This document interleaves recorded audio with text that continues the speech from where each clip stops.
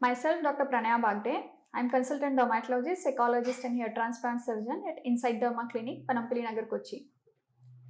Today, the topic of discussion here is identify your skin type. You all must be knowing that skin is the largest organ of the body. When we talk of skin types, many of you must be knowing it is normal skin type, dry skin, or oily skin. But actually, you all have to know what is the component of the skin. The basic component of the skin is the layers of the skin and whatever is around the skin. So layers of the skin, you have upper epidermis, we have dermis and subcutaneous tissue. Then around the this particular structures in the skin like hair, you have subcutaneous fat, you have muscles, fascia, you have sebaceous gland, you have oil glands. This all compromises the part of the skin itself.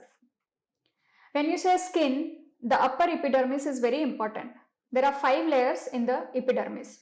The uppermost layer is called stratum corneum, which is actually a dead keratinocyte layer.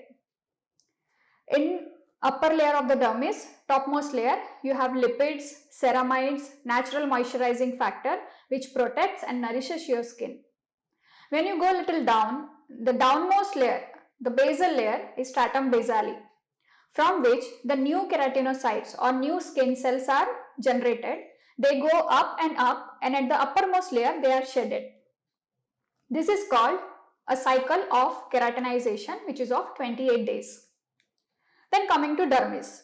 Dermis is mainly comprised of collagen, elastin, and hyaluronic acid is the basic component which nourishes and sustains that layer. Collagen and elastin is very important to give strength and tensile activity at the skin. Hyaluronic acid is the one which absorbs moisture, gives luster and gives fineness to your skin. In dermis only you have your blood supply, nerve supply to the skin. Then subcutaneous tissue.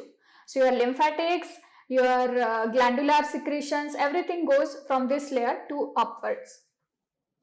Around the hair into the skin, you have sebaceous gland which secretes oil. You have apocrine glands which secrete sweat. So this all things in and around the hair also are part of the skin. Coming to the skin types. When we say you have a normal skin, what does it mean? Normal skin means the oil production is under control, your sweat secretion is also under control, and the normal cycle of the skin shedding is also proper.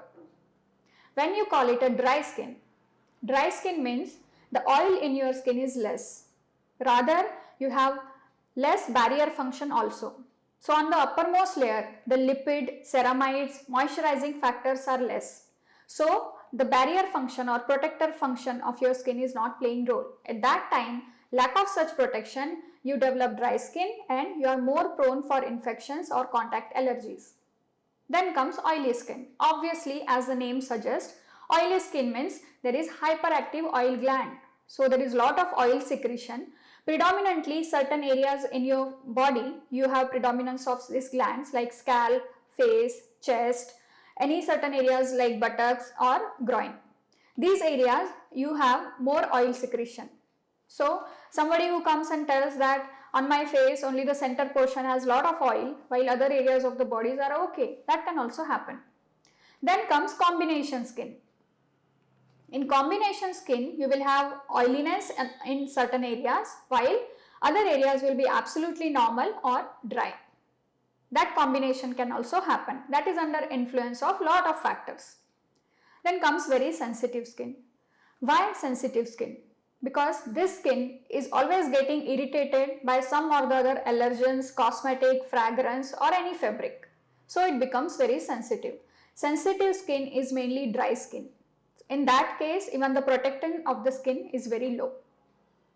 Then comes acne prone skin. What is acne prone skin? Certain people, they say, since my teenage, after I attend menarche or after I attend puberty, I am getting lot of acne. So acne prone skin, they have lot of proliferation of certain bacteria on their face as well as the oil glands are very active under influence of hormone.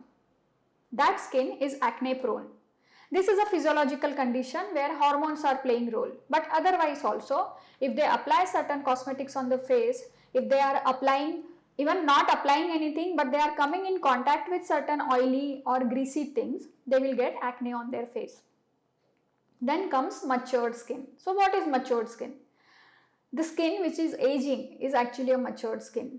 It lacks the elastin, so there is lack of elasticity and sustainability is less. That is the skin where you see a lot of wrinkles and fine marks. Pigmented skin. Certain skin types have tendency for pigmentation because melanin gives the color to your skin.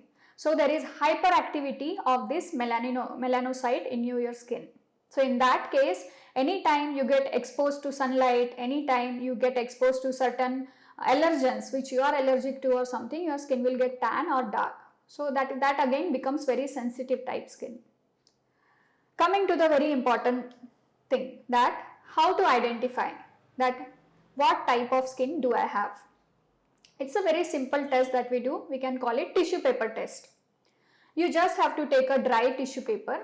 First and foremost, you have to wash your face, whatever cleanser you are using, cleanse it properly, dab it dry, then wait for 1 hour. That 1 hour, you are not going to apply anything on your face, not even a moisturizer, sunscreen, nothing. Keep it for 1 hour. After 1 hour, just take a normal dry tissue paper, put it all around your face. Just observe how the tissue paper is looking like.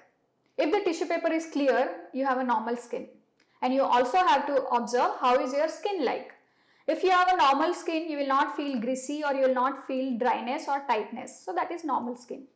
Obviously, when the tissue paper is not showing anything but your skin is feeling very tight, you are feeling itchy or dryness, you have dry skin. And when it is an oily skin, obviously center portion of your face, around nose and around cheeks, that area will be little oily. So your tissue paper will have little greasiness. That is oily skin. Combination skin, I said, center portion will be oily while other areas of the face will be normal or dry.